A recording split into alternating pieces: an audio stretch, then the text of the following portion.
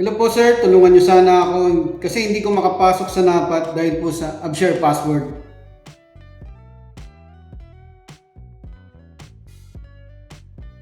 Yo, what's up mga kabayan? Welcome back sa aking channel, OFW Nonoy.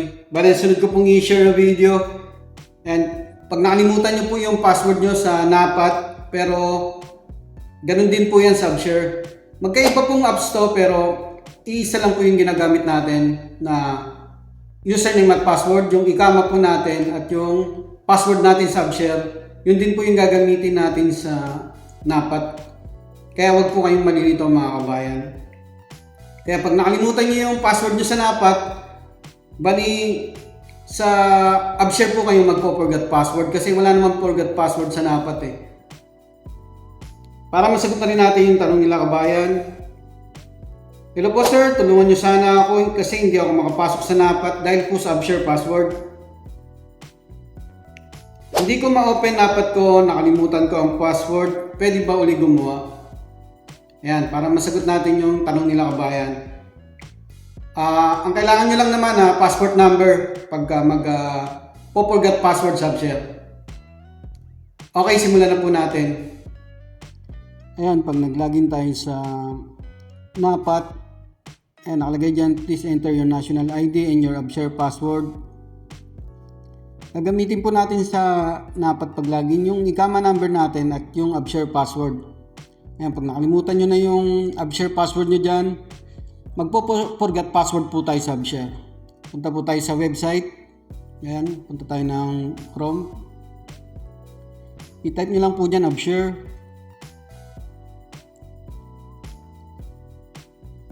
Ayan sa unahan, www.abshare.sa. Yan po yung website ng abshare. Tapos click nyo yung abshare individuals. Lagyan lang natin sa English. Ayan yung dashboard. I-agree nyo lang yan. Scroll nyo lang. Tapos diretso na tayo sa forgot password. Ayan yung reset password. To reset password, please fill the below details. Ayan. Correct ID number, mobile number, at saka yung image code. Scroll nyo lang. Ayan. Comma, mobile number, tapos itong image code. Lagyan ko lang details. Ito naman image code, gayahin nyo lang dyan sa box.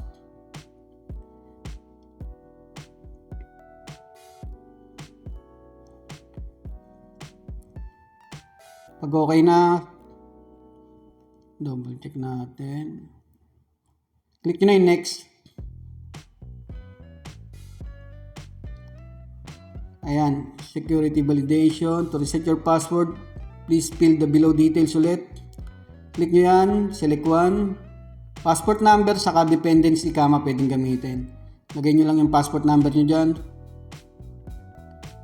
Ayan, pag okay na, click nyo na ulit yung next. Magsisend lang OTP ang abshare. Enter nyo lang dyan yung OTP.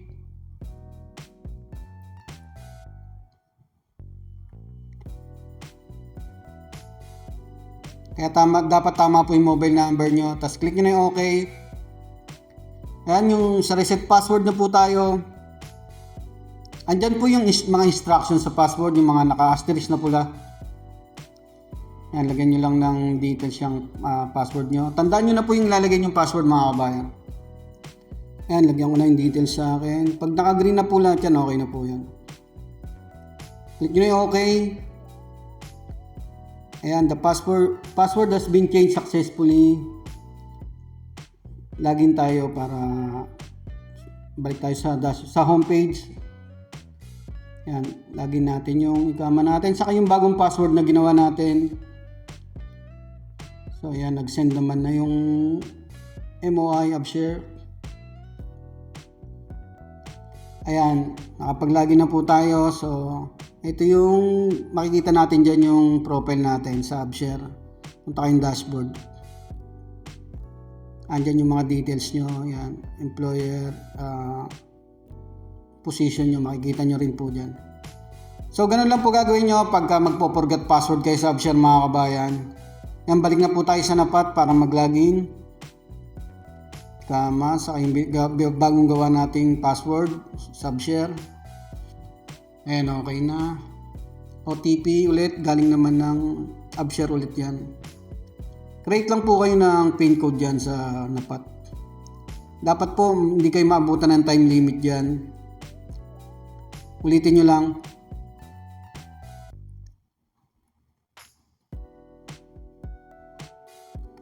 Tapos magse-selfie po kayo, i-click nyo lang yung next. Tapos tatapat nyo yung mukha nyo dyan sa frame, tapos pindutin nyo yung camera.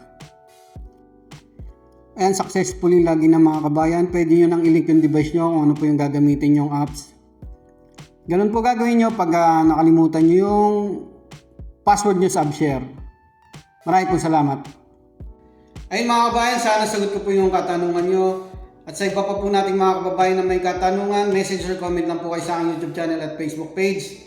Nasa description po yung channel link natin. At sa mga nahihirapan po mag-register sa mga online transfer app dito sa Saudi Arabia at saka iba pang OFW related concern, pwede po kayong mag-join sa aking YouTube membership para matulungan ko po kayong maayos yung account nyo. Lagi po kayo mag-iingat sa paggamit ng online transfer apps. Sisiguraduhin yung tama yung details nyo, isisecure nyo.